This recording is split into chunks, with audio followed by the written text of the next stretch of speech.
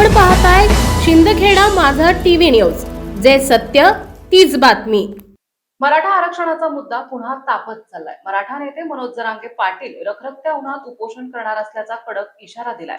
त्यापूर्वी राज्य सरकारचं शिष्टमंडळ जरांगेंची भेट घेऊन चर्चा करणार आहे, तर जरांगे सोबतची ही बैठक यशस्वी होणार असा विश्वास राधाकृष्ण विखे पाटील आणि प्रसाद लाड यांनी छत्रपती संभाजीनगरमध्ये माध्यमांशी बोलताना केला आहे। पाहूया।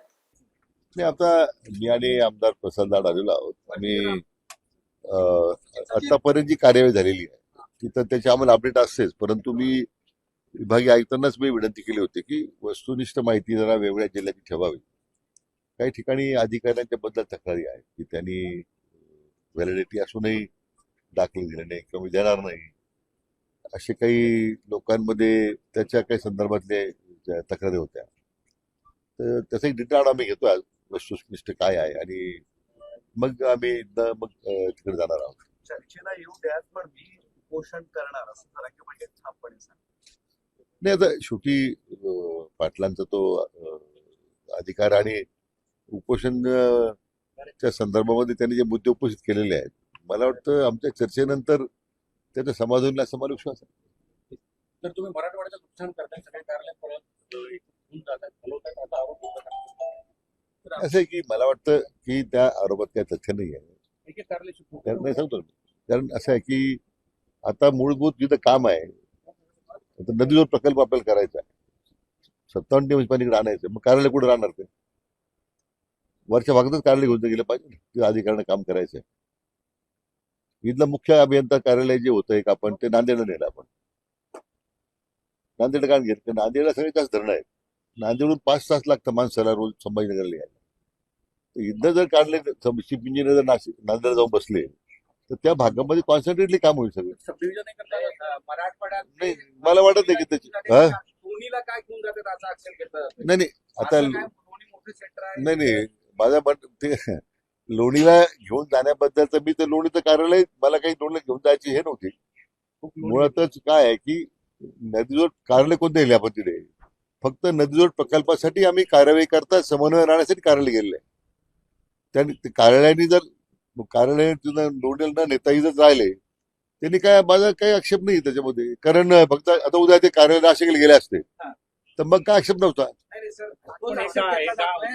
मराठवाडा असतं तर काय झालं असतं? काय नाही, कारण ही सगळी आता पाणी आपल्या कोकणातून आणायचं आहे। पाणी जर कोकणातून मधून आणायचं आपल्याला तर शेवटी सगळे अधिकारी मी मुद्दाम नाशिककडे काय घेऊन गेलो? कारण त्यांना उद्या उल्हास खोऱ्यात जायचं आहे, त्या तिथून पाणी आपलं वर काढायचं आहे। तिथे यंत्रणाच नाही आपल्याकडे। आज एक अधिकारी नाही, एक फक्त कार्यक्रमामध्ये काम करतोय। आज रोजी 90,000 कोटीची योजना राबवणारा एकच अधिकारी करणार का? आणि कोणासाठी करतो आपण? दुष्काळमुक्त महाराष्ट्रासाठी जी भूमिका माननीय मुख्यमंत्र्यांनी घेतलेली आहे, तर मनुष्यबळ लागेल ना आम्हाला, सगळं तांत्रिक मनुष्यबळ लागेल, आपल्याला अधिकारी लागतील। त्याच्यातून ज्या भागातून कार्यालय आपण हलवली तिथं जर मी तुम्हाला आता आज वेळ नाहीये, स्वतंत्रपणे तुम्हाला मी चर्चा करेल, तिथं काहीच काम नव्हतं। फक्त तिथल्या संबंधित अधिकाऱ्यांची सोय होण्यासाठी कार्यालय होती फक्त। आता मागच्या 5 वर्षात तुम्हाला जर आकडेवारी पाहिली, काय काम केलं त्या कार्यालयात, काय काम झाली, किती टक्के काम झालं, किती टक्के काम शिल्लक होतं, याचा फार बारकाईने अभ्यास करून हा निर्णय झाला। असं काही हापाजाडले निर्णय, एक जवळजवळ 7-8 महिने याच्यावर अभ्यास झालाय। आणि तिथे स्थानिक कर्मचारी जे आहेत ते आता मात्र स्वाभाविक आहे की जेव्हा स्थलांतर होणार असल्यामुळे मग ते आता काही वेगवेगळ्या चुकीची माहिती पुढे करत काही वेगळी माहिती द्यायचा प्रयत्न करतात।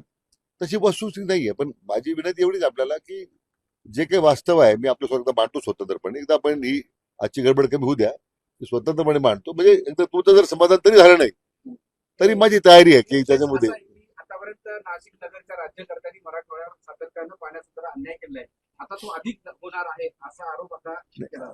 माझं तेच म्हणणं आहे की साहेब, हा काही नगर नाशिक नाहीच आहे। मराठवाडा कायमस्वरूपी दुष्काळमुक्त करण्यासाठी संकल्प जो आपण केलेला आहे, आता हे 55 टीएमसी पाणी येणार कुठे आहे?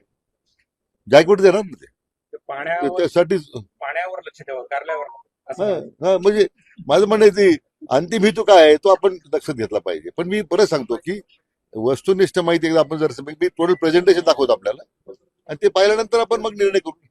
म्हणजे आम्ही काही वी आर नॉट रिजिड, पण आता हा जरा पहिला मुद्दा हा एकदा संपूर्ण